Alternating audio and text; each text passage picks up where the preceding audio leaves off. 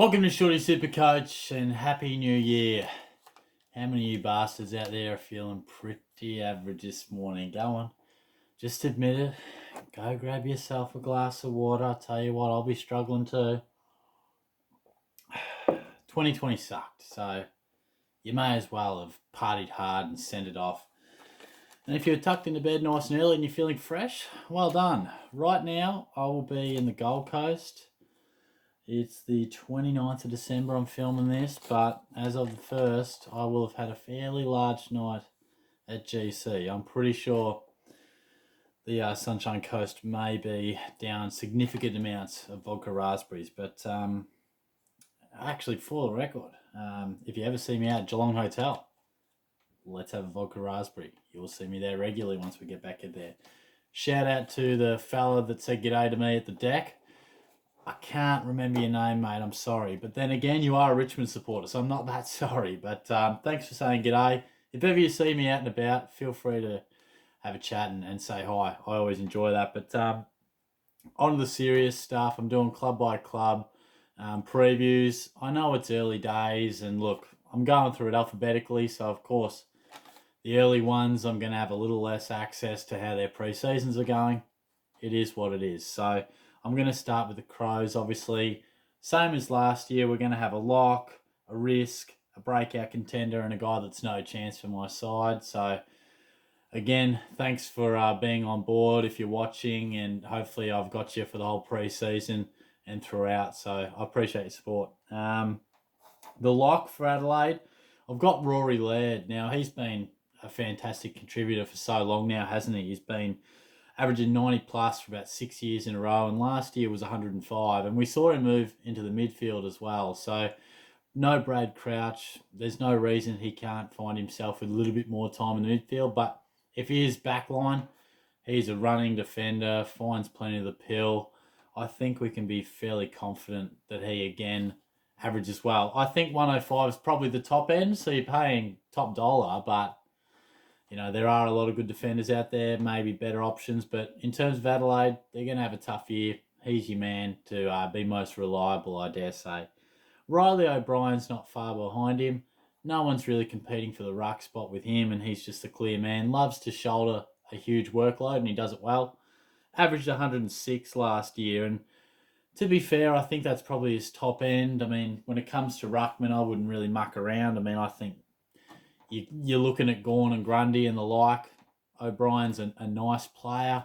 He's probably not one you're going to put into your side. I think 106 probably about as much as we're going to get from him, I reckon. I don't think he's got too much more upside. And he just can't compete with those other big guys that we see average 120 plus regularly. Now, the risk, I've gone Rory Sloane. Now, he's clearly a risk. I mean, he's going to be 31 at the start of the season, and he only averaged about 87-something last year. A lot of injuries, played about the 12 games, and it was injury affected. But is that to be, expected again? Because he is getting a bit older now. Clearly past his best, but I guess the question is, can he rediscover something close to his best, or just enough of it to see him average three figures again? My main concern with him, I guess the positives first off, he can go huge, and the fact that Crouch isn't in the team anymore, Sloane's going to get even more opportunity, really. So I think we know what he can do when he's up and running. Some of his averages, he's gone 103, 96.6, 110.2, 108.6. We're going back a bit, but 2014 in the prime of his career, averaged 114. My main concern, and clearly the riskiest part about it, is the fact that even when he was playing good footy and having good seasons, he was probably more recently averaging early hundreds. I just don't see him probably getting back to that 110. I guess the reason, the reward factor, it's always a risk versus reward. The reward is that you pay a price for a guy around the high 80s average, and he could definitely average 100. If I was predicting what Sloane's going to average, I'd say probably, given a good pre-season, 101, 102, 104. Is that enough, though? Maybe it is.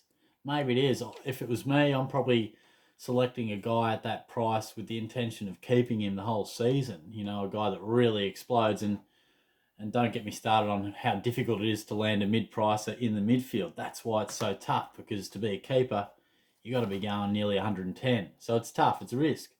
But if he does find his very best form, and he's fit and firing, maybe he can. And maybe if you think he can, then you're going to get that reward from that risk. But to me, he's probably too risky, but just food for thought. Wayne Miller as well, just the 2 games last year, 70 and 96.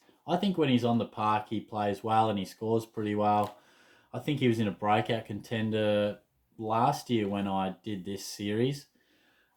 It's a no from me. I just think he's too risky. His body's just so risky. But again, he falls into that category of a risk, no doubt about it.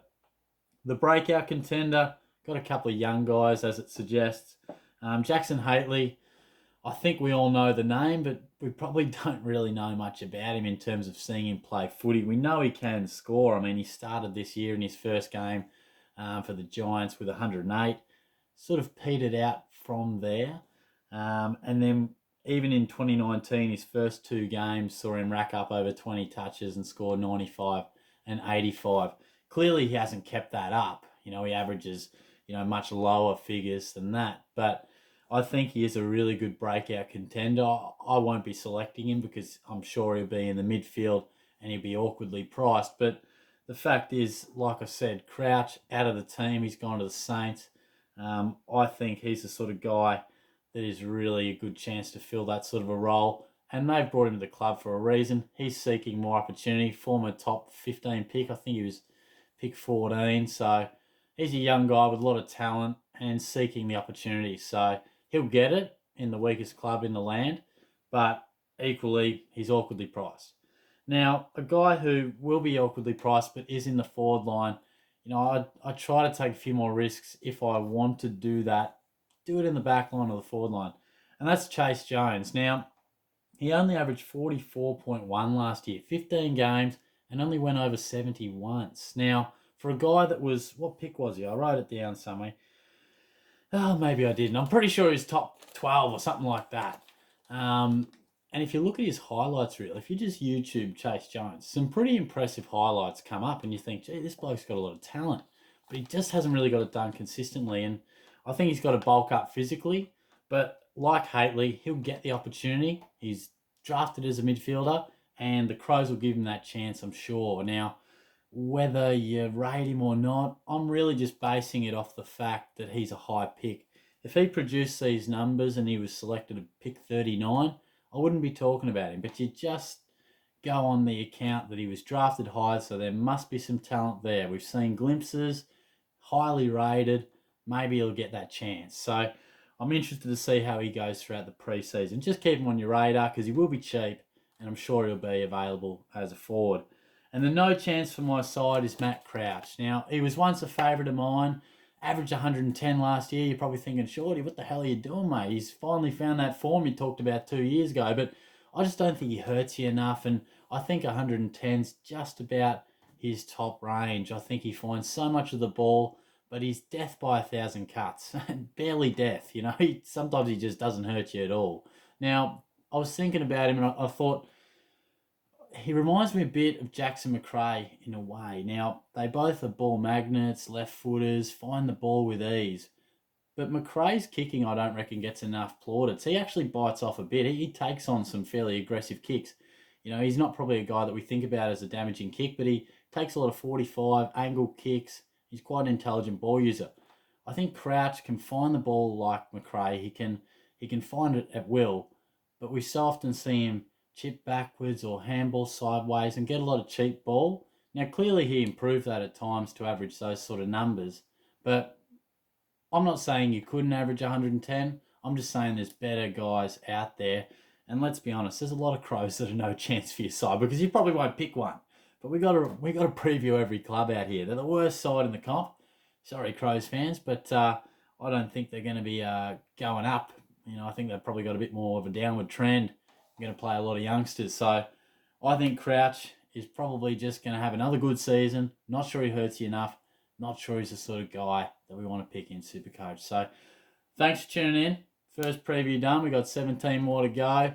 I'll tell you what, I'm feeling a lot fresher right now than I will be in a couple of days, but I'm looking forward to it. Got a little getaway. I'll try and schedule a few videos. Hope you have a good year. Catch you soon. Cheers.